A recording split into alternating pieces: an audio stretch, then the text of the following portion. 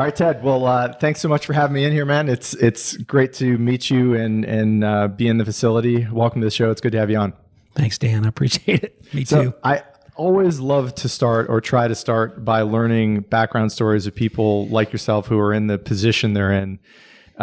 Did nonprofit work always resonate with you? Is that kind of your long-term background? What's the story that brought you here? Absolutely not.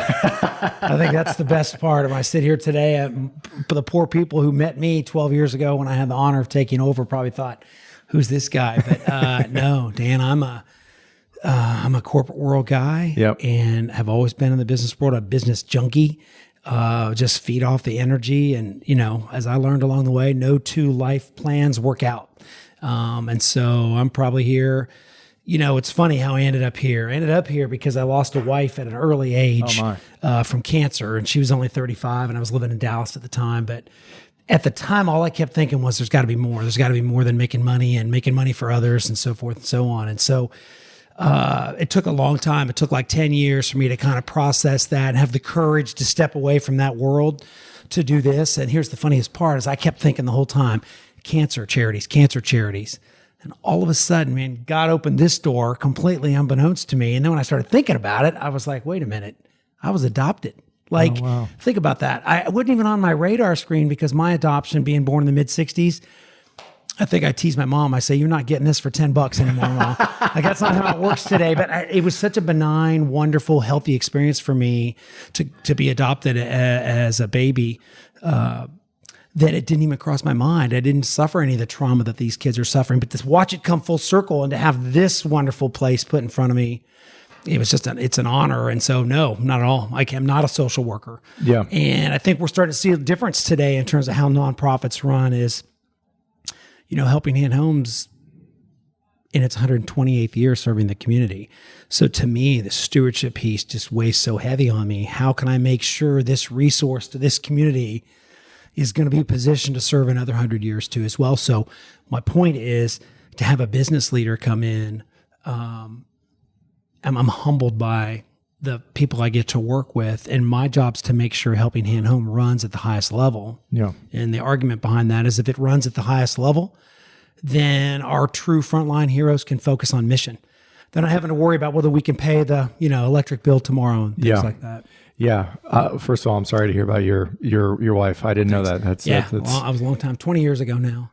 When that happened, was there an immediate shift or shortly thereafter, a shift in you in terms of looking, just internally looking for something new to do with your life? I think, as you've traveled and talked to so many fascinating people, but for me, it just kind of, my own awareness level changed just going through that. And so, I dove in right away doing some fundraising to try to raise money for breast cancer research. And why does this happen to women? Why does it happen to young women? And then, how can a young, healthy woman die from something like that? But it just kind of catapulted me into a different place. It just raised my awareness level. Yeah.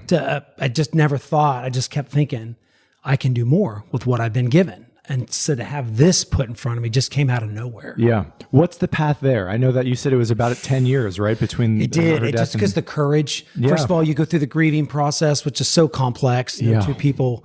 I'll never forget the advice I got when my wife died. One of the first calls I got was from a colleague that I worked with, and she had lost a husband at an early age, his 30s as well. And she called me, and one of the first things she said was, I only have one piece of advice. I said, yeah. She said, don't listen to what anyone else says. And I thought, at the time, it didn't really resonate.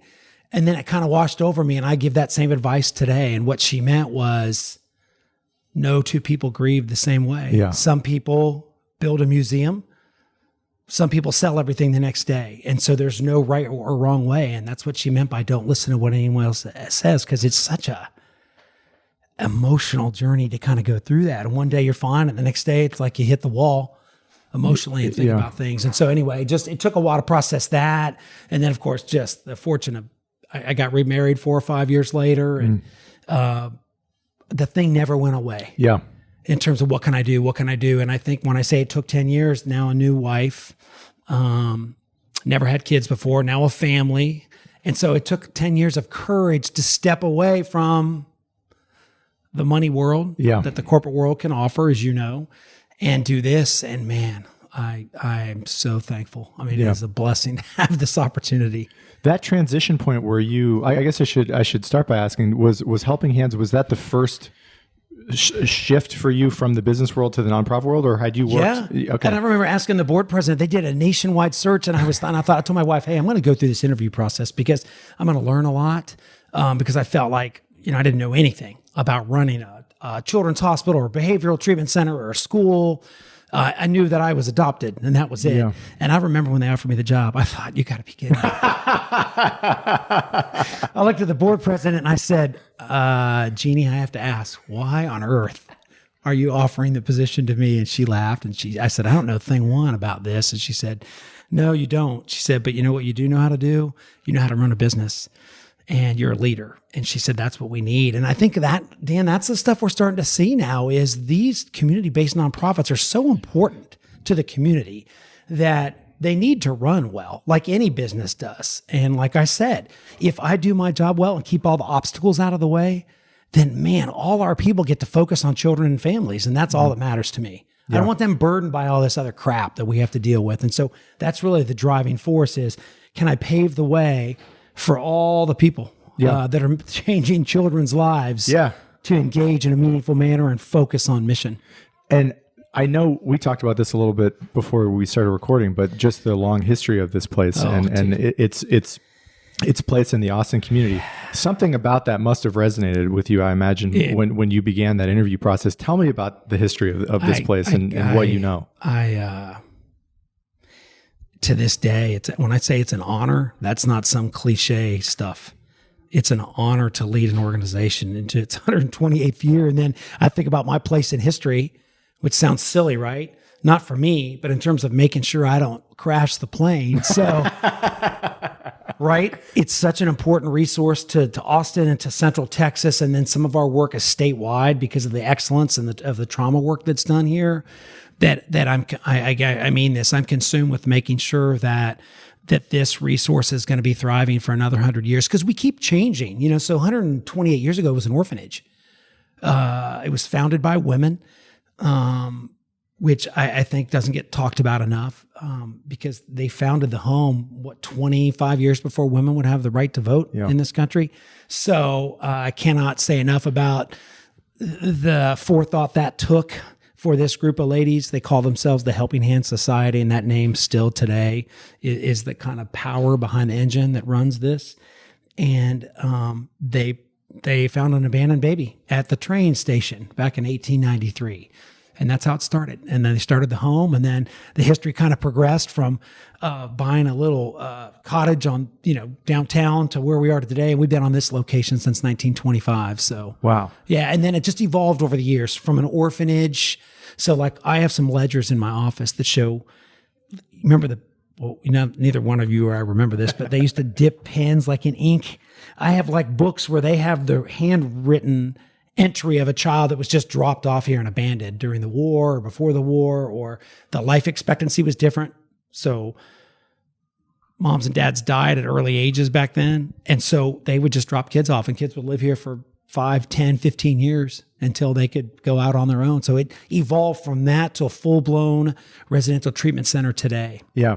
These orphanage stories in history are fascinating because without them, I don't really know what happens to those children who get dropped off or who are unwanted, right? I mean, orphanages play an enormous part in American history. Mm-hmm. Was it mostly when this place was primarily or solely an orphanage? What was it, a place just to raise children? The kids could stay here indefinitely. What was that? Yeah. What was that story? Yeah, because they didn't. Again, I can't speak for them. I can only go by the records and some of the history. They didn't know whether they were going to come back or not for them. They just couldn't care for them. Yeah, and so this became a place of care and compassion to raise children. It took it sounds cliche. It takes a village. That's what Helping Hand Home is. It took everybody coming together to help, whether it was an abandoned baby or somebody that parents couldn't take care of. Yeah. They would drop them off here and leave. It could be financial struggles. It could be anything. And so they knew that Helping Hand Home could raise these kids. So and to answer your question, we do have some people come back sometimes. I think that history, when they see the fire truck that's sitting out on the back playground from like the 1930s. There's people that'll come back here that are in their 60s now and say, oh my God, like it's emotional. They'll stop and you won't hear anything. And like you can tell they're processing. Like we used to climb on that and play on that, my brothers and sisters. So yeah, it's crazy if you think about the stability this is provided for the community. Yeah. And I have to imagine, given your own adoption, that you learning about this place from, I assume, years prior to you ever running the organization, you were familiar with the work that was being done here. If you were in any way familiar with it, what did you know? What was your understanding about what this place does? Familiar-ish. And what I mean by that is how many times in our lives do we drive by a place that we see a name, but we don't really, it doesn't connect. No. It's not in your, right? Like, your world. No, you have blind spots to those things. And that's what I meant by my own adoption was so benign. When I think back on it, I didn't go through the hell that these kids are going through today or have been through. And so, no, I didn't realize the depth of the problem until I got here. I had no idea it was this systemic and how complicated and complex child abuse is. Yeah. And I want to get to that. This is a word that I think we've talked about just in the past 30 minutes or so, trauma, that's been used multiple times. Yeah. And I want to get there. I asked Laura Wolf this question as well, because she also worked in the private sector as a lawyer for many, many years. And then eventually, probably roughly around the same age that you made the switch, to working for CASA. And I'm always interested in that moment where people who have been focused, right? Their blinders are on their priorities in life are money, advancement, moving up a hierarchy, and then something happens where they are permanently flipped in their priorities. Yep. I think that often takes a long time for people to reach that point, but when they do make that switch, it is a permanent change in identity. Yeah. Is that what happened with you? And what is that story? As I shared with you, obviously losing a spouse at such an early age, it definitely planted the seed that it just took a long time for that seed to germinate. Yeah. It was always in the back of my mind, but I just looked up one day and said, now's the time. I mean, we've got the financial resources to do it. And that's why I say there's no hero thing here. Yeah. Like it, what irritates me is when people say money is overrated. Nobody should ever say that. Yeah. The only people I ever hear talking about money being overrated are people that have plenty. Right? It's true. And so I think you need to be so careful when you say that. So to me, being able to step away from that world was because of the financial footing that my wife and I, she's an attorney. And so having the footing that we have between my background and hers to take the courageous step to come do this. And so the real heroes are the people that are doing this from day one. Yeah. Not 25 years into business career where I've already had a chance to kind of accumulate some stable financial backing, right? You want the real heroes, Dan, are the people that are walking in the door right now, right out of college, that have the awareness and the enlightenment to start changing their community now, not waiting 25 years. But no question, it took a while to do that. I remember feeling overwhelmed, thinking I'm not worthy of this. Like I feel like I need to go climb a mountain or something just to kind of to get rid of my past, to kind of do this. And I was talking to someone, they joked, and they said, well, I don't know about climbing a mountain, but maybe you should read this book. I said, what is it? And he said, it's called Halftime by Bill Buford. And so I said, Halftime. I go, I like the sounds of that. And really what the book was about was that transition. Your life, you're at the halfway point. If you're, depending on your life expectancy, it's not, none of us have a crystal ball, but that halfway point of switching your life from success to significance is kind of what he talks about in that book. Yeah. Boom. Yeah. From being successful to being significant in your community and trying to make a difference for your community. I'm not familiar with that book, but it reminds me, just in your brief description, very similar to The Second Mountain, a book that David Brooks wrote a couple of years ago. One of the themes in the book is the difference between I think it's the resume virtue and the eulogy virtue. Same idea, right? Is that like I love it. There often is this. I'm partly talking from personal experience here, right? I mean, you do have to, or at least I felt very driven to accomplish the resume virtues for many, many years of my life. And I think my heart was always in the kind of work that you do. I've always been interested in nonprofit work, but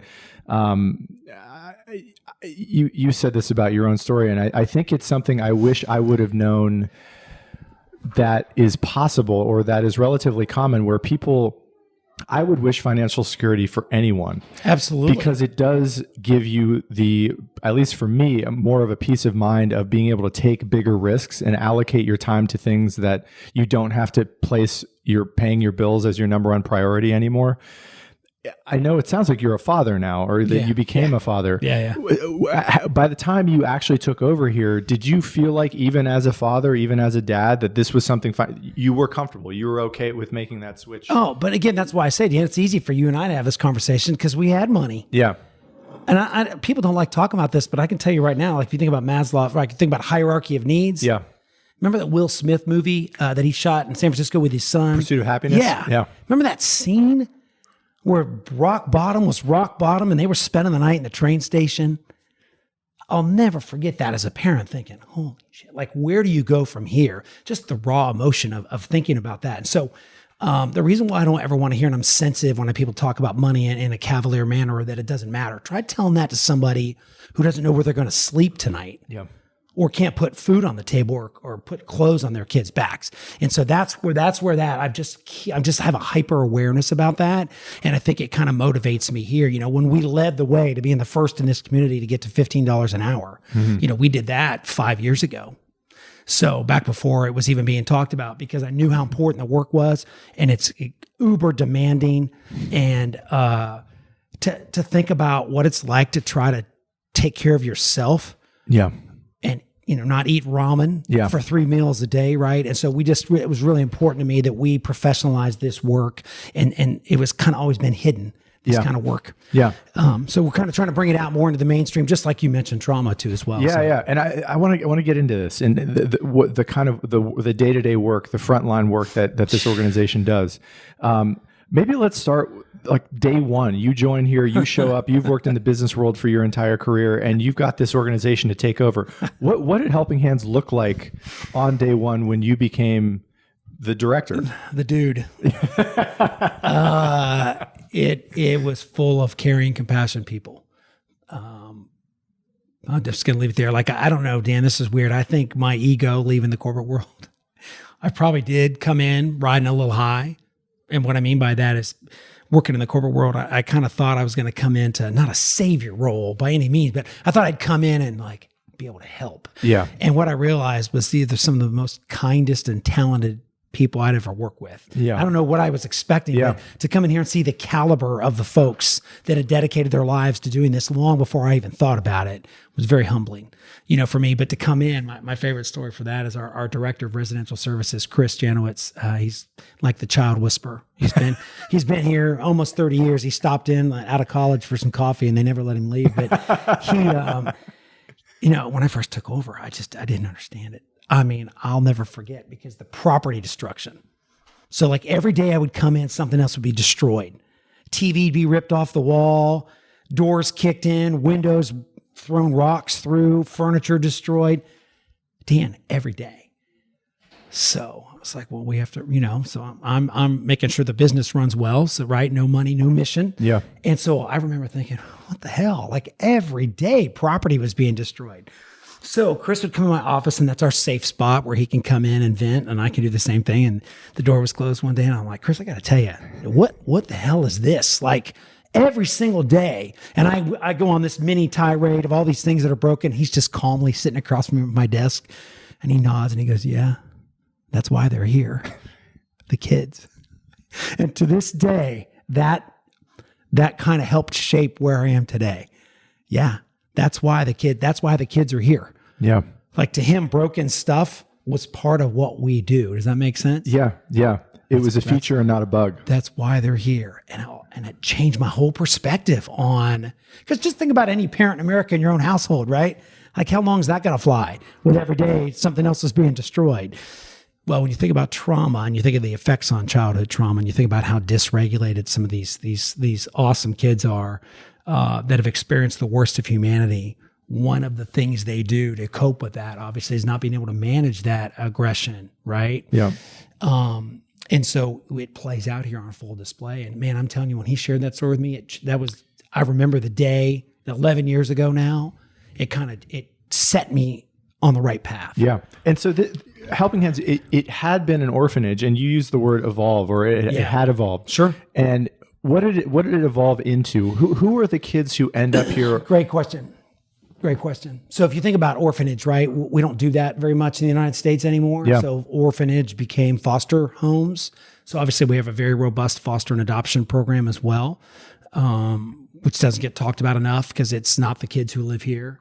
So what happened here was, as time went on, the kids that the home was asked to help were displaying differently than maybe a child that was just here because dad died in the war, right? Right. Or mom was struggling and couldn't raise 3 kids without her husband. You got to remember, this is way back in the day, right? Where Yeah. the ideology suggested there was a single earner and it was the man. So I think part of it was a natural transition to look up one day and see that the kids that were needing help were suffering. And I think that kind of paved the way towards a better understanding of trauma, right? And so that's how it kind of set its path towards, well, this is a different kind of complex situation that we're looking at. It isn't a daycare. It isn't a place where they're okay and they're going to be okay. I mean, they need 24-hour support. Okay. That's what it looks like today. And so we talked earlier about trauma. I was probably one of them. I remember 20 or 25 years ago when people would roll their eyes the first time they heard PTSD about our veterans. Yeah. I look at that today and think, how shameful, right? Or shameful, or maybe we just didn't understand it 20 or 25 ignorant. years ago. Yeah. You don't know what you don't know, right? But I just keep thinking, imagine what that felt like to them. Because people would roll their eyes when they heard, secondary trauma or, post-traumatic stress syndrome, right? Like so PTSD.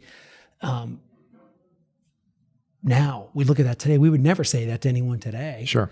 And I think there's just a better understanding of it now. And boy, is there just the need for mental wellness and mental health and well-being. Okay. So just to clarify, so the kids who end up coming here and potentially living here are people who had been in foster care, who have had a historic abuse that makes them have these sort of traumatic outbursts? Let's think about what that looks like. So like in a perfect world, I'm going to give you 2 examples. The benign example would be mom and dad, right? Traditional setting historically, are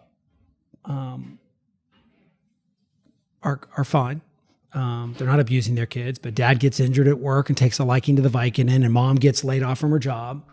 And somebody at school notices that their kids or child is wearing the same clothes or talks about being hungry or doesn't appear to have any kind of hygiene routine, right? So usually a call would take place from the school to CPS, Child Protective Services, saying, hey, I'm worried. It's anonymous. Can you check this out? And the CPS would send an investigator to go look into the home situation. And they might say, mom and dad need help, right? And so they might decide to remove the children temporarily and put them with a brother or an uncle, aunt or uncle, grandma, grandpa. Dad's going to get off the painkillers. His injury's going to heal and he's going to go back to work, and mom's going to find a new job and things are going to stabilize and the child's going to go back home, right? Yeah.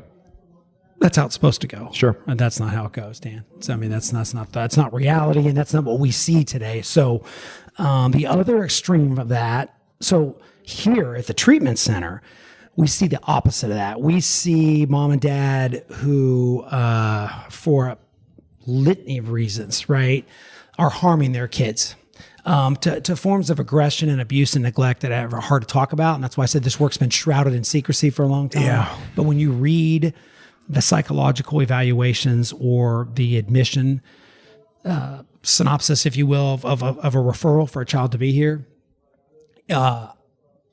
I often say this to people: these are kids who've experienced the worst of humanity. So they've been sexually abused, almost all of them, physically abused, neglected, locked in rooms, locked in closets, starved, again, sexually abused, physically abused, beaten.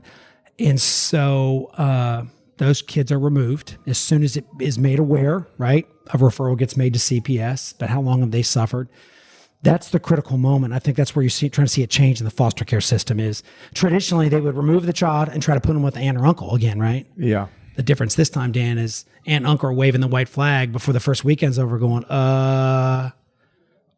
we've never seen this before. Like he was standing over our bed with a pitchfork at 3 a.m, or we came in the other day and he had a cord wrapped around the dog's neck, trying to strangle the dog. I mean, it's hard stuff. And so they call and say, we had no idea it was this bad. We can't help. Then, let alone the property destruction. Remember how I was joking about the property destruction earlier? It's kind of a benchmark for me, but it's not funny in those situations. So they call and say, we can't help. So now the child's ripped from their family and now rejected by another part of their family. Still no trauma assessments done. So the traditional model, just put them in a different. Now we have to find a professionally licensed foster home, not a family member, right? Because they'll be trained to take care of this. Child goes in there, young child, right? Nobody's addressed the trauma. They're not getting any help. All they're doing is moving them around. They go to a foster home. Does anything change? The behaviors worsen. Yeah. Property disruption amps up. The foster family says, and especially if they have biological children, now all of a sudden they feel endangered. This child can't stay here. We had no idea it was this bad. We can't help. So they make the call and say they got to go. For the same reasons we just talked about earlier, right? They don't know how to manage that behavior, those behaviors. They've never seen explosive behaviors like that are that dangerous. And so now the child, still no trauma assessment. They try it again and they try it again until finally the madness stops. Somebody thinks maybe we should do a trauma assessment on this child. Dan, my frustration is we should do that when they're first removed from a home. Yeah. Why are we waiting until they've been in 5 failed, this is lingo, 5 failed placements? You know what that does to them, their self-esteem? So by the time they get here and they walk in the door, their little middle fingers raised to the world. F you. Yeah. Been here, done that. How's this going to be any different? And they come in and they start kicking holes in the walls and cussing staff out, thinking, nobody cares about me. And here in the reaction here, we're on a podcast, you can't see this, but is calm. And I think you can hear the child exhale for the first time in how many years. And they're looking over their shoulder, waiting for like the violent correction. You don't do that in this house. You don't talk to me that way. And then all of a sudden they realize they're in a place that they're safe, right? And they say, you mean you're not going to punch me? No, we're not going to punch you. Well, whatever, you're going to kick me out. No, we're not going to kick you out either. Like they expected to get kicked out for these behaviors. And I think that's when we start to see how much damage has been done, that for the first time in their lives, they're not going to be disciplined, which is code for beaten for the things they've done, right? Yeah. And they're not going to have their bags set on the porch the first time they break something, right? That's why I said earlier, when I first started, I didn't understand that yet. Why are they breaking everything? Chris said that's why they're here. Yeah. And so I think that's when they realize they're in a place that's truly trauma informed. And so it takes heroes that understand trauma and understand what's causing the behaviors, right? Yeah. Like instead of why are you acting this way? Yeah. The question is what happened to you? That's crazy, huh? Sorry for the long. Way, but no, it's emotionally charged. It's absolutely complex. Yeah. The kids that end up here, are they all from Travis County? Is it where are they coming from? How common is it that how many kids are you guys working with? So in the foster care program, it's definitely a Central Texas thing. We support the contiguous counties, right? Travis, Hayes, Bastrop, Wilco. We support the immediate Austin and surrounding Central Texas community with the foster families because that's where our program is. That's where our families are. The residential treatment center, which is where we are today, where kids live that are experiencing the trauma you and I just talked about that need 24-hour care because they wake up in the middle of the night with nightmares and they need someone right there by their side. And so those kids come from all over the state because there's not very many places that are equipped or well-resourced. You and I talked earlier about community support. Yep. The reason why Helping Hand is successful is because we have incredible support from this community, financial support. And so therefore we're able to put more in.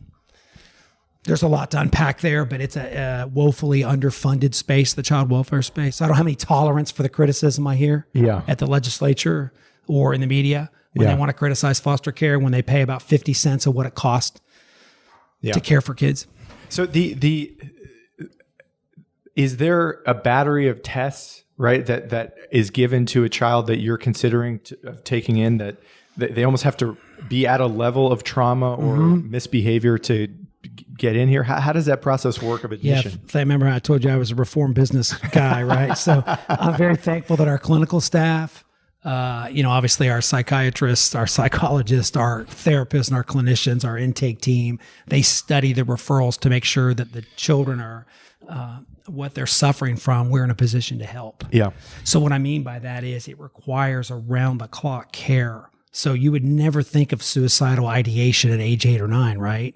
It is mind blowing that we're dealing with that in youth that have experienced such trauma that they would think about that at those ages. That shouldn't be a thing, man. So it requires the kind of care, high level around the. I'll give you, for instance, some places use because they might use what they call a home care model where the parents would be asleep.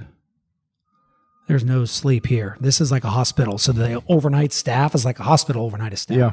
Because if the kids have been sexually abused, sometimes they will act out on other children, right? If they're left alone. So how could you ever leave a child alone? So we have 24-hour supervision so that as the child works through therapy, they can't get up while a caregiver's asleep, sneak into another room and act out on another child. Does that make sense? And so it takes a really robust model, right? That's trauma-informed, meaning we understand the behaviors. And so therefore we have staff that's trained to intervene, and we have the ratios that are required to provide that level of care. Yeah. It's just not paid for by the state. So our donors help pay for. Our donors help pay for that. Tell me about the your capacity here to help. About 100 like, well, on any given day in our care, if it's like, let's say on a sample day, there might be 60 children we're responsible for that are sleeping in various foster homes throughout the community. People don't understand that work either. So we're responsible for recruiting, developing, training, monitoring, supporting foster families, right? So if a husband and a wife, or a husband and husband, or a wife and a wife, who cares? As long as it's the home that's going to provide high level support for kids, we could care less what it looks like. They will go through pretty intense training here, sometimes up to 6 months before we'll place a child with a home. And then we're responsible for those kids, and we're responsible for supporting the parents, right? Yeah. Then on any given day here on the current campus, we have up to 40 kids in residential placement. It means kids that this is home. So they celebrate their birthdays and Christmas and go to school here. That's you. When you came in today, you saw the new campus being built across the street because our services are, the demand for our services has exploded as Austin's population has exploded. Gotcha. And is the idea that the 40 who are here in residency eventually will potentially get placed with foster care? What's the difference between the kids who stay here and the kids who go into foster care? Remember that example we used earlier in my little perfect world, like dad gets injured at work, mom gets laid off, but everything's going to be hunky-dory, and dad's going to get well and mom's going to get a new job, and they love their kids. They're not abusing their kids. They need help, right? Those kids are going back home. Why would they not go back home? That's the whole goal, right? Yeah. Where it gets messy, and I say it's emotionally charged work, you'd mentioned CASA and talking to Laura, is where it gets complicated is when that's not the case. So for the kids in foster family, what no one realizes is that any removal, there's a legal case that runs concurrent with a child's stay in foster care. Yeah. So that's what makes many, many decisions is what's the legal status of that child and that child's family, right? So if mom and dad are working hard to restore a healthy home, then the judge is going to be monitoring that along with the CPS caseworker and CASA. And the whole goal is designed to get that child back home again, right? Check, big check mark, right? That's what foster care should look like. Temporary, stable, safe, loving, supportive until home is stabilized. Here's different. So in the residential treatment center, that legal case I talked about, the judge has usually already terminated parental rights for, this is a discussion nobody needs to have. The egregious acts of abuse we're talking about, there is no judge in Texas that's going to put that child back with that family. Okay. So those rights are terminated. Then this foster care system shifts focus. So if the child's rights are terminated, I talked about being adopted myself and my own passion for making sure these kids have every opportunity I've had. Now that paves the way towards adoption. Because once bio mom and dad's rights are terminated, the entire foster care system pivots towards now the child's what we call legally available for adoption. And now we get the honor of helping find their new family. And that takes a lot of work and a long time, especially if the child's in therapy. And those are the 60 you were talking about, right? Those Well, are that the kids that live here, those are the ones that are usually, and I say not going home again, Dan, we're going to find a new family for them. But that even gets complicated. And this is where I say this work is very complex and misunderstood. So I gave you two examples. The benign example, everything's great, a little bit of instability, kids are going home. Then I gave you the egregious example here. Child was abused horrifically by mom and dad. Child's not going home. We're going to help the child heal, and we're going to find a new family for them. Yeah. Boom. Both great outcomes. What about the middle? The middle is what if dad's abusing mom and the kids? Now what do we do? Yeah. So the judge isn't as quick to terminate mom's parental rights if she was suffering from abuse. So Dan, this is where it gets really deep. Now what?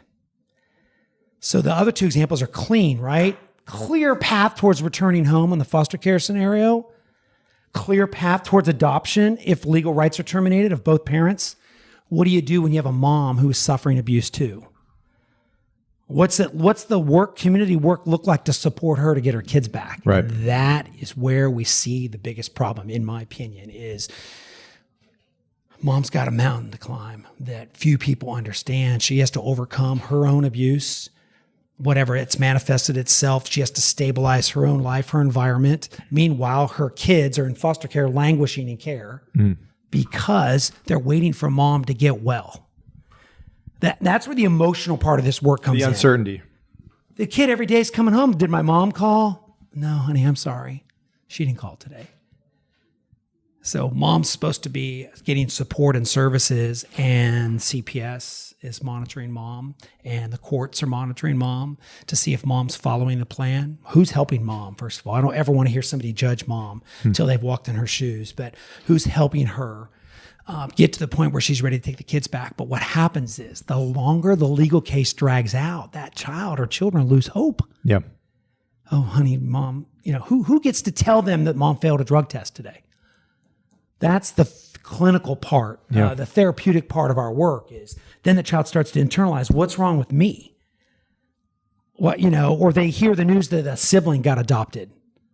Those are bad days, Dan, because all of a sudden that child's like, what's wrong with me? Why does anybody care about me? Why am I not being adopted? You know what I mean? I'm assuming that it's been terminated.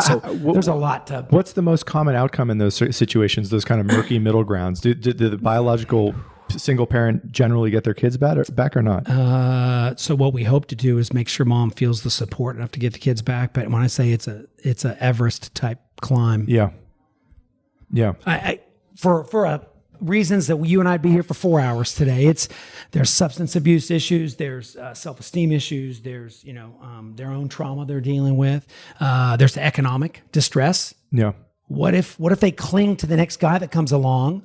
I'm talking about a traditional model where mom is not the earner and she's been abused. It's a rough road. And so what happens a lot of times is she'll latch on to somebody else who can provide care. Yeah. Well, what's the new person look like? How many times do we hear cases where the new person's into mom but doesn't really care about her kids? Right. Then we see abuse all over again. Sometimes they'll return the kids back. Mom's new guy abuses the kids. Kids come back to care. Yeah. Messy, brother. Yeah, man. It is messy. No easy answers. So let's take the 40 kids who are here currently, right? Sir. I mean, do you currently have the resources if a child meets the qualifications for entry here to take in anyone who gets presented to you, or what's the capacity? So in any given, like? the reason why we're building is you and I are looking out the windows at the construction of the new the new campus, which is going to let us serve more kids and families. We're turning away too many kids, and it's bothered me every day driving home for 10 years. And so this is why we started this process with Austin, I think 4 years ago. That's what it's like to try to get something built in this town, but with all the permitting and restrictions and regulations. But we have an assessment criteria. So let's say we get referrals for 400 kids on a given year. 300 may not meet our admission criteria. Age, we serve younger kids. We serve kids from 5 to 13 here on this campus. Gotcha. We don't think it's healthy to mix on a campus our size, to mix 16, 17, 18-year-old, that you could argue adult age kids with young children, especially if they're all suffering from the same kinds of trauma. So we cater more towards younger children. So that's a big admission criteria. And then all kinds of different factors in terms of their ability to, from their level of functioning, right? So my point is, we work through an entire checklist. Yes. That whittles down to about 90 to 100 kids a year that have met our admission criteria. I mean, kids, we're not going to fill a bed, Dan, to fill a bed. Right. Does the child need therapeutic intervention? Do they need 24-hour residential care? Only after we've checked all those boxes, the last box we check is, do we have a bed available? And when we check no bed available, this is a child we could have helped. Dude, there was a story, I'm not sure if you were here a couple years ago, that there was a young freshman at UT from Portland, Oregon, that was murdered on campus. I didn't know that. And I'll never forget that day. I'll never forget my reaction, because while there's absolutely no excuse to the young man that killed her, he was aging out of the foster care system. He had nothing to do with Austin. He had just moved here from another part of the state. But when his history came out, no one helped him. He had suffered abuse his whole life. And he was one of those that kept kind of going in and out of care to his family, and then back out, and then to his family and back out, and then into licensed foster care and back out. So when he aged out, I've often said, we can't let kids age out of foster care. Yeah. If you age out of foster care with the perception that your life doesn't matter and that no one cares about you, that's a dangerous place for a young person to be, because then they're not going to care about somebody else. And he callously took a life because of that. Yeah. Yeah. All I kept thinking, Dan, was, could we have helped that kid when he was 8 years old? Yeah. I mean, We could have changed the trajectory of his life. We could have saved another life. yeah. I'm sure this is why there's more construction going on, that this has been bothering you for That's many, many why years. you're seeing us build. And if I'm understanding you correctly, you guys do have to turn away plenty of kids every year for lack of capacity. That's why I don't give you the big number. So Yeah. 400 referrals doesn't count, because Right, not right. all those kids need this level of treatment or this level of care, or can we help? We want to thread the needle. It's such a precious resource. We want to make sure clinically we can help that child, right? And so once they've met the admission criteria and the number's still between 80 and 100, problem. Yeah. Because I kept thinking, where are they going to go? There's very few places That was gonna that be my have the next question. financial support that Helping Hand has. Where do they go? What happens to those children? Anywhere CPS can find a place to put them. That's awful. Yeah. That's awful, because they're not going to get help. But almost certainly wherever they're placed, they're not going to have the resources or No, the facilities. remember I talked about an underfunded system? Yeah. And my frustration, aggravation, inner rage against the machine Yeah. is because you can't underfund the child welfare system and then shrug your shoulders and say, well, the foster system's crappy. Yeah. Yeah. It's not helping kids. It's a terrible place to be. There's 30,000 kids that are in need of foster care on a given day in the state of Texas. So what are we going to do about it? Yeah. So I can tell you what Helping Hand does, because we've been here 128 years. This community supports us at a level that 55% of our annual budget comes from private donations. Yeah. And that's what we're able to put back into the care of the kids. And that's why there's a wait list to get kids in here, because the other places don't have the bandwidth to fundraise like we do. Yeah. So they're trying to do it on the state's reimbursement. Yeah. The state's reimbursement, what's that look like for a kid suffering from trauma? He's going to be in an unhealthy environment where there's not going to be a trauma-informed approach to care that we described here, right? I want to get into the financial component of this. I mean, you have a business background. Yeah, it's And frustrating. I think anyone who works in nonprofits for any period of time realizes the crucial role that money simply just plays in your ability to provide the services you're trying to provide. And hopefully plenty of people in Austin are going to listen to this. What do you need? Paint an ideal best case scenario outcome I'll for give you a 5 years from now. Give you a perfect example of where the frustration comes from. My frustration is not because it's a mission-based nonprofit. That's the blessing of this work. And that's the humbling part of the work. My frustration is the kids we're serving are in the legal conservatorship of the state of Texas. That's a big difference than us just trying to help somebody out. Yeah. So if they're legally in the conservatorship of the state of Texas, and then the state turns around and says, hey, we need your help. We're happy to help. It costs $400 a day. Yeah, we have 190. What the hell is that, Dan? Yeah. What do you mean you have 190? It costs 400. That'd be like saying you need surgery. We're going to do about half of it, Dan. Yeah. So that kind of sets the scene for what we're talking about here. And in terms of wellness for a child, right? Are you just talking about a place to put them? Knock yourself out. That's not this place, right? Yeah. And you're not going to solve any problems by just having a place to put them. If we want to help children heal and get out of the foster care system, then we need to invest in it. And so what I mean by that here is we have twice as many staff as we're required to have, because that's the level of care the kids need to have. So who's going to put 10 traumatized children in a single home with 2 staff?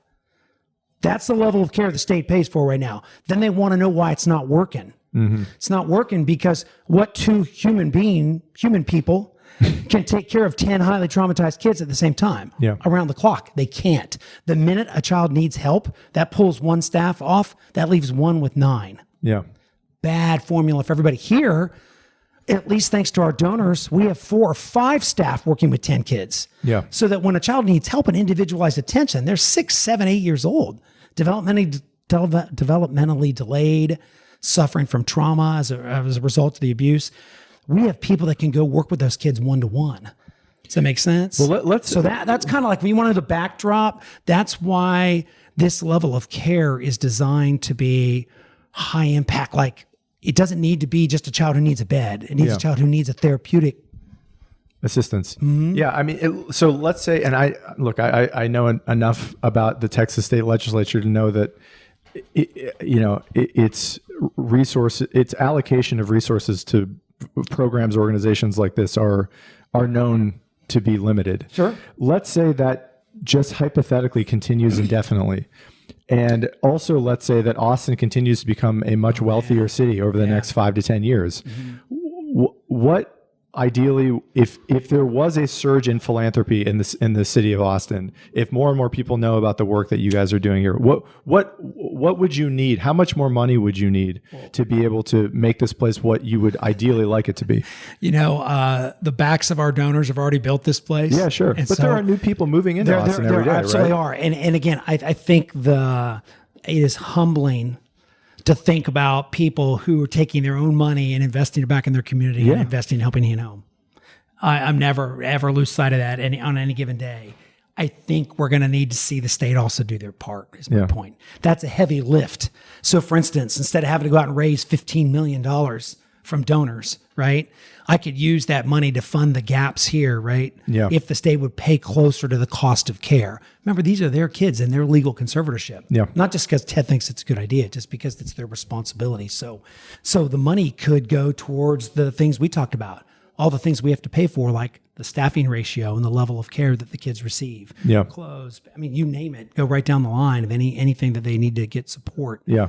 Right? So what's the budget currently, and what do you think About the budget? $10 million. 10. Okay. And what would you need to make this place what right now, 5.5 of that comes from donors and 4.5 comes from the state. But even though the kids are all in their legal conservatorship, so again, that's a pretty big lift and burden to put on your community. Sure. Yeah. But I'm very, very thankful. What happens? The reason I'm bringing it up is it's an imbalance. We can't serve every child that needs our services statewide. Yeah. If it moved from 10 to 20, would that be, in your mind, all you would need? Like, what would be the ideal number for you? I mean, there's so much here to unpack and talk about strategic direction. I would say that if we're going to put more money in the system, let's keep kids out of foster care to the extent we can. Yeah. What's that look like? So one of the programs we do here is, so years ago, there were parents so desperate for help for their kids that they couldn't get help, like some of the scenarios we described. Yeah. Let's say they adopted a child and all of a sudden they needed help and realized we're way over our heads. Or let's say it's their biological child, forget adoption for a second, and this child was suffering for some reason and the behaviors became unmanageable. There are documented cases of parents who called in self-reports on themselves to CPS. So that's how desperate they were for help. Yeah. They weren't abusing their kids. They made it up. But that's how desperate they were for help. So that's what I'm saying is there's a lot to this. Sure. You and I'd have to have a series of podcasts to talk about the depth of the problem in foster care. But this program now identified that need. And now there's a program in the state. It's small through Health and Human Services that we can help those families now. They don't have to make up a self-reported allegation against themselves. Yeah. Think about that. That's how desperate to get help for their kids. So now that program, we serve those kids too as well. The beauty of that program is we have parents who recognize they're at a tipping point with their kids. Let's intervene then and we can help the child stabilize, and we can learn about the child and what's happened to them, and we can learn what they need to get well. And guess what? We're helping mom and dad at the same time. Yeah. Because we're teaching mom and dad what kind of needs the child has and what the trauma is that they're suffering from and what that's triggering some of those behaviors. And so we're keeping a family together. Yeah. So there's that program as well. I think you mentioned that the services you provide are for kids between the age of 5 and 13. In the residential center, and then birth to 20 in the foster care program. Okay. Talk about your team here and the services that you guys are providing to the kids who actually are living here between the ages of 5 and 13. Around the clock care,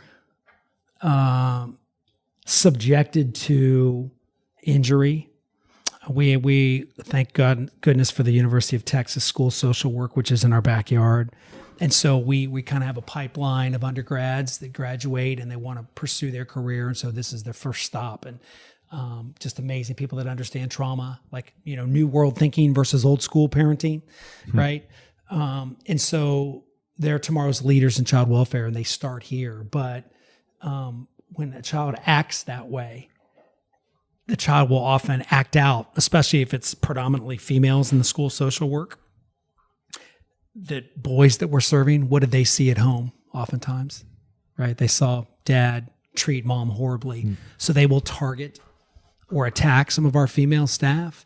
And so they're subjected to injuries, getting bitten, their hair pulled, spit on during a pandemic. The kids might think it's funny. You know what I mean? Yeah. Any kind of, it's not personal attack. Sure. It's they're upset, and they have every right to be upset, and they're taking it out on their caregivers. And so that's what it looks like for the frontline heroes that are here. And so the level of training it takes and the level of compassion on their part, Dan, I can't say enough about the staff that works here. I can't. The fact that they're able to respond in an empathetic way, more people should know about the heroes that work here. So they're primarily social workers. Is that generally the background of the people who work here? That's the great fortune of having UT in our backyard. Yeah, is it takes tremendous resources to tackle this problem. Yeah. So you can't have old school parenting techniques on display here. I'll give you, for instance, no voices get raised here. Now, I don't know about you, but I'd get fired probably in the first week if I worked in the direct care staff situation, because I'm an excitable guy and I've been known to raise my voice a time or two. And I would argue that most parents in America wouldn't make it here. Yeah. Because they've raised voices in their household too as well. But Chris's program is a much more nurturing, and it's trauma informed. And what I mean by that is they may want to raise their voices, but they don't, because they know why the child's suffering. And I think when you know why the child's suffering, it changes your outlook on how you're going to respond in a crisis. Yeah. So it's the child supplies all the energy we need in that situation. Yeah. Because they're upset and they're dysregulated, and they might be acting out or replaying something that happened in their lives. Do the children all have their own bedroom? Are they living separately? What's the day-to-day life looking like for this, they have some shared based on their history. Obviously, you can't imagine the amount of work that's put into making sure, if we're going to have two kids in the same room, what their history is. Obviously, we can't have any history of sexual aggression or any kind of sexual abuse with either child and have two kids in a roommate setting. But the beauty on the new campus is when we build the new campus and when it opens, then we're going to retrofit the existing campus and every child will have their own bedroom. So not only are we going to serve more kids, every child's going to have their own bedroom, and we're going to drop the number of kids on each home from 10 to 5. Nice.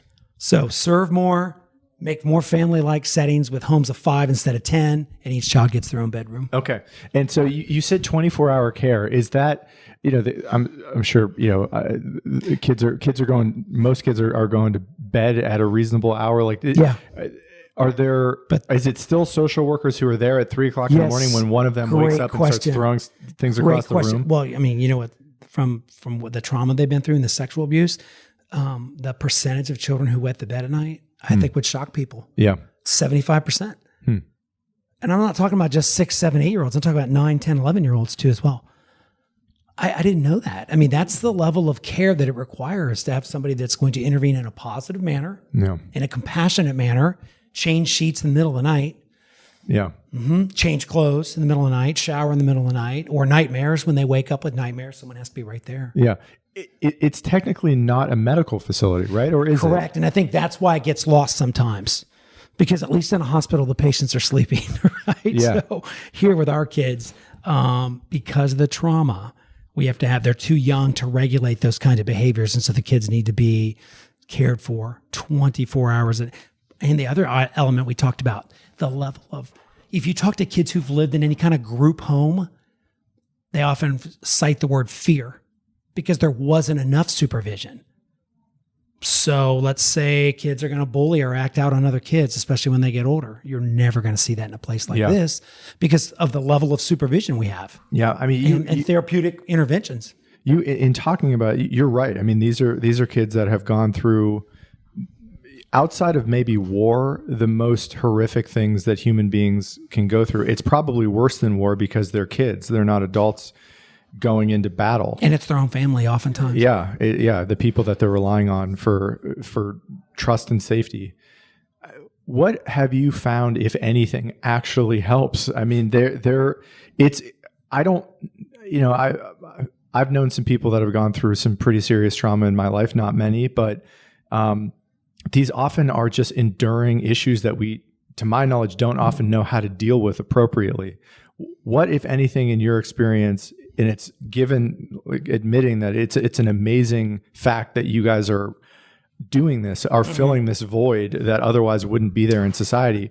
What actually works, if anything, in so your here's experience? The difference is what I'm so glad you brought that up, Dan. So the knock on the system is, if you look at congregate care or group home, it depends on the needs of the child, right? Or it should. If you look at a residential treatment, it's designed to help children suffering from trauma, not a warehouse situation. Not like the refugees from the border, right? Who deserve humane, compassionate care, right? This is a level 100 times greater than that in terms of what's going on with that child, right? In their head. Yeah. So to watch a child get well, I think is probably the coolest thing I've ever, I mean, you say what works. So if you put kids in a place that's not designed to actually provide therapeutic care, then the child's going to spend their time there. They might do okay while they're there, but you're not really doing any trauma work. You're not really doing therapy. You're not helping them get well. Yeah. And then time's up and they leave. Has anything really changed, right? And so they would argue that the system fails in that case. Here, our success rate's closer to 85%. And it's never going to be 100 because if we're reaching for the kids who need our services the most, there's always going to be kids that we can't help, or children that are going to regress, or children who are suffering in a way that they might need more psychiatric, which there's only one level of care higher than ours, and that would be like a psychiatric hospital, which you don't ever want to see a child. We take plenty of kids from there. We don't ever want to see a child go backwards and go back there. What does success mean? Family. Watching them. So sometimes it takes a while. So to watch kids who are suffering, and Dan, it hasn't happened to us yet, but the blessing of being here on this home, I'm not in some ivory tower downtown. My office is in the same building where the kids live, is I get to hear the sounds of joy and I get to hear the sounds of pain too as well, meaning you can hear the suffering when they're angry and upset and they're screaming and yelling just in a way to relieve some of the pressure and anxiety that they're feeling. Like if you take their pulse, they may look calm. Yeah. Their pulse is racing just because their amygdalas, just think about everything in their body's on fire, right? From the trauma that's been done to them. Right? Yeah. They're in a heightened fight, flight, or freeze mode. But success is having them get a family, or what? Yeah, watching that step down. Remember I talked about how we know they're safe, but they don't know they're safe here yet. Mm-hmm.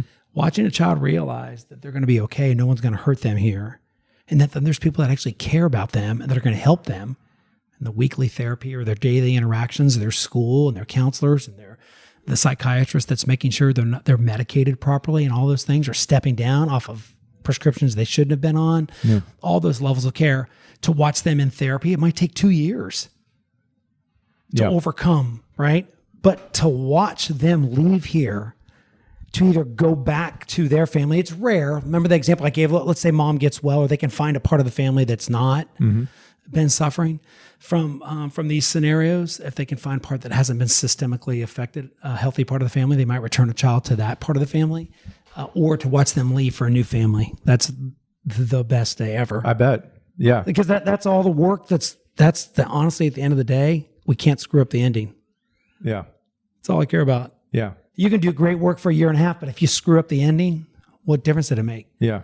And I'm sure this is a question you think about a lot. I mean, let's say the success rate, which again is them graduating To into us, there's only into one a measure. family. Can they leave here and join a family setting and stick? Gotcha. Okay. I have to imagine that one of the things that you think about a lot is the inverse, right? The 85% that actually work. And then there is always going to be, and I think you're probably right, some smaller percentage that for maybe some unknown reasons, that is just not possible for them.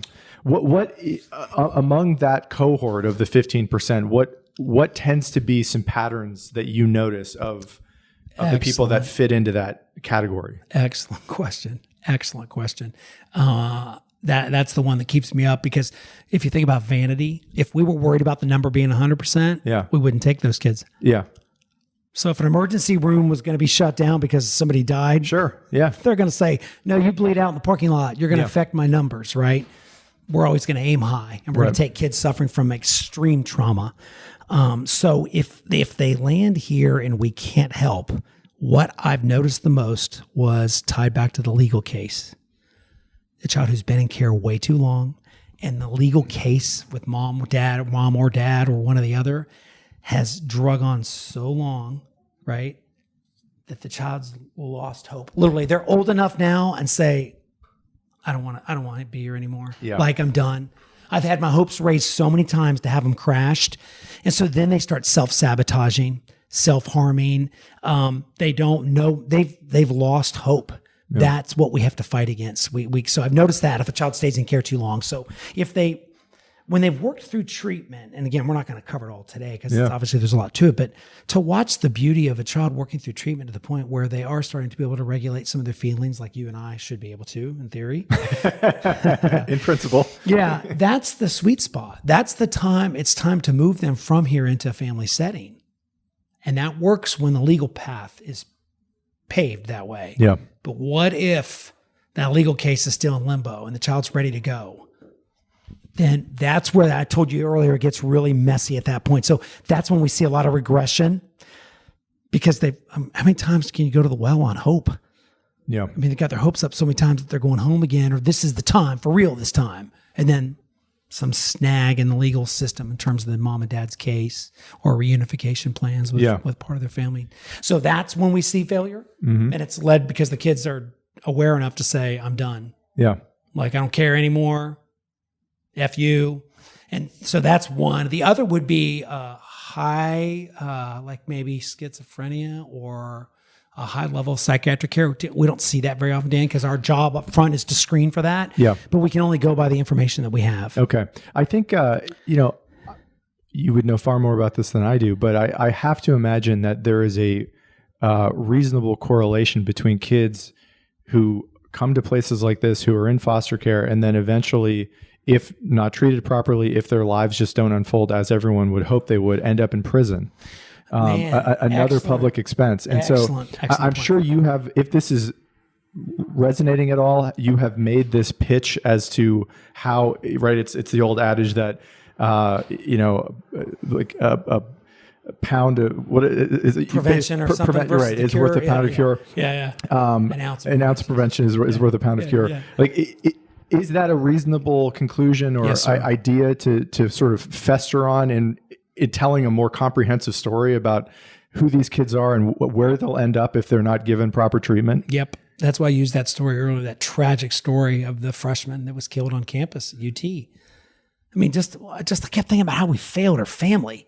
She's not even from here. She's from Portland. Yeah. It's been one of the most exciting times in your life. Mom and dad to send her to Austin to go to the University of Texas. I mean, can you imagine what that would be like? Yeah. If you're a parent, thought of something happened to your child. But it stuck with me, and I'm glad it stuck with me, because I kept thinking, who helped him? Who intervened 10 years ago when it could have changed the trajectory of his life? Because you're right. If we don't intervene then, and that's the cool thing about the age here, is we have a chance to intervene when the kids are young enough to get in there early and change the life trajectory. Because if they age out, they are going to end up in the juvenile justice, but then they're going to end up in the criminal justice system, right? Yeah. And guess what the other pull is on the other side for females? Prostitution? Sex trafficking. Yeah. So those are the two big things we've seen lately, right? If we let young men age out of foster care, detached, alone, no sense of worth, this thought that no one cares about me, so F it, right? Then that's dangerous for our community, and they're going to end up in trouble and in the criminal justice system. And then for the girls, the self-esteem issues of aging out, foster care, the first time somebody comes along and makes them feel good about themselves, which it's scary that some of the sex traffickers have that skill set. Yeah. But they're able to pull them in like a magnet. Yeah. And so that's where my passion comes from. As we intervened at an early age, we can avoid those two outcomes. Okay. Legally speaking, at what age are individuals able to opt out on their own from foster I mean, care? they get emancipated, as you know. That's a legal process that child can go through from their own family, right? Mm-hmm. But I mean, typically it's 18 without emancipation, right? Okay. Yeah. So a child can, if they can prove that case up to go out on their own, they can do that before that, right? But that's a legal hearing. So for us, it would be 18, and the kids used to get cut off at 18, and thankfully the legislature did respond to that some years ago and extended care to age 20, so that we can help kids that are at that tipping point. Instead of saying, "Hey, happy 18th birthday, Yeah. good luck, son." I have to imagine that some of your energy, or the organization's energy, is focused in the Texas state legislature. Who, if anyone, is receptive to the narrative or the story or the asks that you would make, requests you would make from the state government to provide additional resources to help these kids? There's been some great people. I don't want to single out. I would say the governor and the first lady. Currently. He has put energy into foster care. It's not enough yet, but Yeah. he's got a few things on his plate. So I'm just saying, if you watch his actions and his priorities at the legislature, and the first lady, who's been here on several occasions, they care greatly about foster kids. And their lives matter, just like all children's lives matters. And so they've put energy behind it. And I think some of the legislative staff, they're kind of the unheralded ones, right? They're the ones working behind the scenes. They're not the elected officials. They're the ones doing all the field work and homework and studying and researching and things like that. Yeah. They've been pretty great about understanding the complexities involved. Are there helping hand organizations like this around the country? I mean, are there other organizations that have similar missions in other cities? And if so, which ones to you are, outside of this one, are the model, are some that you look up to? First of all, there are a lot of people that are trying really hard. Yeah. And I remind people when they come here, we don't pretend that we're smarter than others or that we're better than anybody else. We just have better resources, Dan. And if you're going to tackle complex problems, just a tip, you better have the resources to tackle complex problems. So this community has given us those resources, right? So I think a lot of it is expected of us, and that's why we're kind of leading the way with our expansion and the wage growth of our staff, et cetera. But there's usually one organization like this in every community, if you will. So San Antonio would have one, and Houston would have one, and Dallas would have one, and so there's usually one. I mean, we all know every community has one of those places that's like Helping Hand. Yeah. The problem is that's not enough. So you can't just have one in every community that has the history and the legacy and the ability to fundraise. Yeah. Helping Hand, though, is unique to Austin, right? I mean, there aren't multiple of these around the country. Yeah, because if you think about its heritage and kind of what makes it successful, it's the fact that it's integrated with the community so well. Yeah. So you can't really see it during a pandemic, but even today you saw a glimpse of it when you saw the traffic around. Volunteers were dropping off food to feed the staff a home-cooked meal and stuff, like some of those little extra things. Yeah. We really just have a real wraparound support of our staff because they're doing hero work. Yeah, I have to imagine every city is trying. When I met Alan Graham, the day I interviewed him at Community First, the dude is a legend. And there were people, he was holding a workshop that day where people had flown in from all over the world to learn how they had made their model work. Yep. And I have to imagine some of what might be able to help is just picking out the best ideas and the best processes and applying them at organizations like this around the country. Is there any sort of national umbrella that's organizing people who do similar work to Helping Hands to try to help with that? I can't speak nationally. I can say statewide. Yeah. We have the Texas Alliance of Child and Family Services that I'm a board member of. Just incredible. It's the top leaders in child welfare in the state, but the staff that runs that organization is the legislative effort they make every session is off the charts in terms of trying to make sure there's an awareness of the lift involved and how serious this work is to what you and I talked about. Let's intervene early and often and prevent kids from languishing in care and aging out and becoming in the prison population or sex trafficking trade. So that organization I can't say enough of. And then in terms of the standard of care, I mentioned Chris Janowitz earlier. He does training and speaks at conferences to make sure that people understand what a trauma-informed environment really looks like, not talk about it, but in action. I told you, no voices get raised. Yeah. Yeah. I don't think people understand, like, no voices get raised is real. Like if a voice got raised here from one of his staff members, he would know something's wrong. Like the person, because every human has their limit, right? Yeah. We have to use a highlighting system because we're like a hospital. If somebody gets in a car accident or something happens to an employee's mom, gets hospitalized and they have to call in for their shift, the person that's highlighted has to stay and work a second shift. So somebody coming off the back end of an 18 or 20 hour shift might be not feeling the height of their compassion at the end of that shift, right? So if he were to hear stress in their voice or even the use of sarcasm, we would intervene and say, hey, are you okay? And we would try to get, self-care is a big deal here. Okay. Trying to get people 2 and 3 days off at a time so they can have a chance to kind of, so yeah, he spends a lot of time talking about what a trauma-informed environment looks like. We don't use a point and level system here. The problem, Dan, is we live in a point and level world.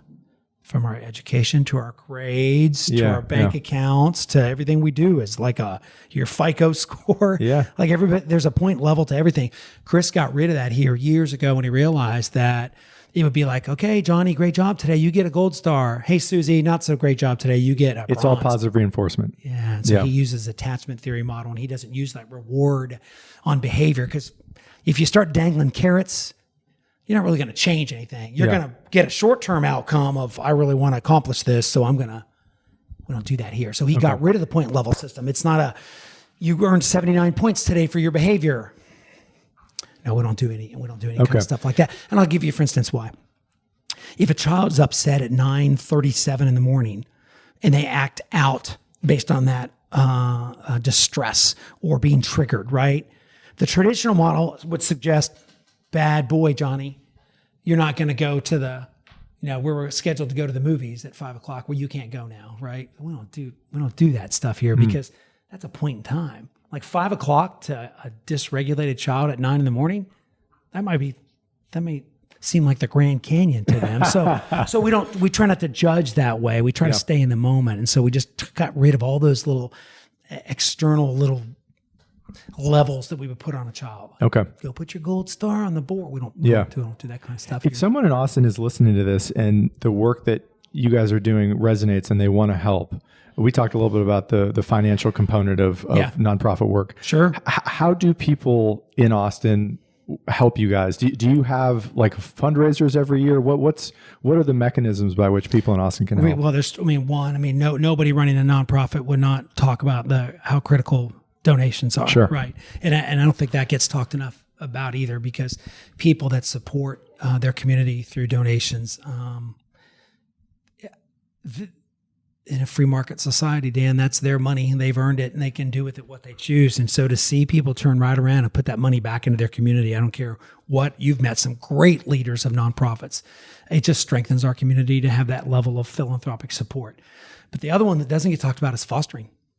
So yeah, donations, absolutely, because there's just so many things like new clothes. I mean, they're just, kids show up here with trash bags. That's their whole life belongings are in a trash bag, maybe with fleas or lice or things like that. So donations are always going to be critical so that we can treat them with respect and dignity and give them hope, right?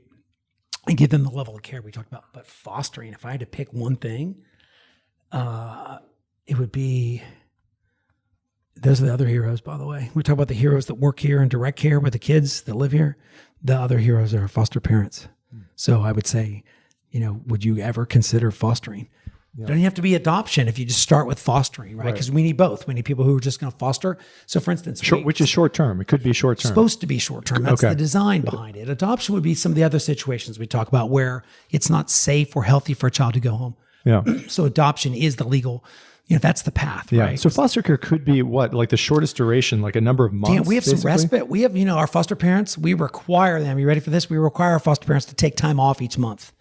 It's stressful. Yeah. So we offer respite, which means, hey, 1 weekend a month, we'll take the kids and we will pay another family to care for them that weekend so you can go out of town. Or again, self-care. What's that thing about when you remember before the pandemic when we all got on airplanes, right? What's the first thing they say when they're doing the safety video about putting your mask on first? Yeah.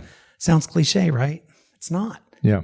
If you're not in a good place, you're not gonna be able to help others. And so really that self-care dynamic, whether it's the staff here or whether it's our foster parents, we need to give them a break. And so respite care. So we have providers that aren't ready to dip their toe in the big pond yet. They just do respite. So just a weekend with kids, right? Just to give the full-time foster parents time off. And I don't think that's a service that many people are aware of. No. Respite care. It's something I had never heard of. No one pays for that. Yeah. Our donors pay for that. State doesn't pay for that. Yeah. So we're going to actually insist that you take that time off. And then we're going to take your kids and not put them in some sketchy place. We're going to take the kids and put them in a licensed, professionally licensed respite home. Yeah. And pay them. And a respite raising family kids is would be, expensive. that would be a couple, hypothetically, a married couple in Austin. Anybody who don't have children, have children, and would take in a child for a weekend a month, something like that. Mm-hmm. Respite. Okay. It doesn't get talked about. I'm so glad you brought that up. Because I had never heard of that. No funding for it. That's why. Yeah. Our donors pay for that. Okay. Last question I want to ask you is about, how this has transformed your life, right? I mean, we talked about your career, what happened with your wife, working in business, and then switching to this kind of work. I guess I'm mostly interested in just psychologically in kind of the story you tell yourself about your life. How has this work and taking this on changed you? TBD. I've talked about climbing the mountain, which I try to do every summer. I just don't know if it's ever going to be enough. I mean, it's that big of a challenge, meaning am I doing enough? Am I doing enough? Can I do more? Are we doing enough here? Are we offering the right services? Are we keeping up with the needs of the community? So to answer your question, I think there's always that. I'm a big believer in to whom much has been given, much is expected. Yeah. And I feel like I've been provided with this awesome opportunity to help. And what am I doing with it? And so that's not cliche, man. That's kind of what I wake up thinking about every day is I hope TBD someday is you did good. And maybe just as a quick follow-up to that, how do you see your role here? I mean, you've been lauding praise on the people who work here and work with you, and how do you see your responsibility to be a steward for those people who work here and volunteer here? I can just tell you it's overwhelming. So if you walk out the door and you see someone cleaning gutters or putting up Christmas lights or washing the fleet, because obviously we have a vehicle fleet to move kids around with our vans. Yeah, those are all volunteers. Bedtime readers. Sounds weird, right? We have volunteers that come in and read bedtime stories to kids. Why? Not staff. Not someone that's in their head. It's somebody new, yeah. Telling them what to do all the time. Nobody likes being told what to do all the time. So just having someone to come in and do homework help or bedtime reading. So our volunteer program is big. You saw today a bunch of people dropping off homemade meals. Today's is chili. They make 10 different kinds. And when we used to be able to gather together, we'd have a contest to see which one people like the most. But we're always trying to do little things where they're putting scratch off tickets in employees' mailboxes or just anything we can think of to help and stuff like that. So, I mean, trying to help the best that we possibly can, but it's such a demanding job. Yeah. That, like I said, it's a demanding job. It's taxing to be around yelling, screaming kids all day long. And I'll squeeze in one final question, which is the work that the volunteers do. I mean, you just said people who bring in clothes, people who bring in food, people who read bedtime stories to the children. Because I do think there is such an appetite for people in most communities to give. They have a limited amount of time and energy, and they just need a match for how to connect. Right. And so what are those opportunities that people in Austin have to provide help? Anywhere, any of the nonprofits. I think there's 5,000 or 6,000. Though, but what ways? The things we have a full-time air traffic controller. Her name is Jasmine, and her whole job full time is to manage the volunteers. So during the pandemic, Dan, it was brutally difficult. It came to a grinding halt. We had to close our doors from the risk of transmission. Yeah. Like we knew we brought COVID in, it would be an adult bringing it into the kids. And what was our option going to be? We can't close. This is home, right? Yeah. and they're young. We can't just leave them on their own. So we had to shut campus down for the last year. So it's been very difficult on our volunteers because they had relationships with the kids. So we started using technology and different things like Skype and Zoom and FaceTime and whatever we could do to kind of stay in touch, but it's not the same. Yeah. Campus doesn't feel the same without them here all the time. So thrilled to be vaccinated, thrilled to kind of just start the process up of opening campus. Just our listeners can't see me, but really, really intelligent with the mask requirements still in place, et cetera. Yeah. Just starting to see some light at the end of the tunnel in terms of bringing that back. And once that is realized, right? Once people are vaccinated, Jasmine's and people busy, can start to come in, when that right? happens. There's the nighttime reading in person that could be helping. done. There's bringing in food, homework help, bedtime reading, homework help too. There's Okay. play. Don't laugh. There's play coordinators, people that just come in and play basketball or soccer or play with the kids or game with the kids. Like there's a robust. When I say village or it takes a village, that's what's alive and well here. Is when this thing's firing on all cylinders. Yeah. Everybody's here. Volunteers are in and out of the door, and that's why I said it can be overwhelming sometimes to possibly thank everybody enough for what they're doing. Staff and volunteer alike. And to be a volunteer, they contact you. What's the best way for people if they want to? Helpinghandhome.org is always going to be the place to go because we try our best. And of course, our social media pages, we've got the full array like anyone does. But you can kind of follow along. And then there's a place, like I said, Jasmine, literally full time, Dan, processes volunteer requests. She's a whole screening process, background check, drug test. You can imagine anytime you're dealing with minor children that are minors. Yeah. We have to just be uber careful about who they're subjected to. So it's pretty stringent screening process. The orientations, how we talk to the kids, how we interact with the kids. Yeah. Well, Ted, let me just say, on behalf of the community, I just have a lot of gratitude towards people like you and the organization for existing and providing, just filling a hole for the most vulnerable people in our society. So I obviously wish you all the best of luck. And I hope some people who are listening to this consider, giving back in some way if they feel motivated to do so.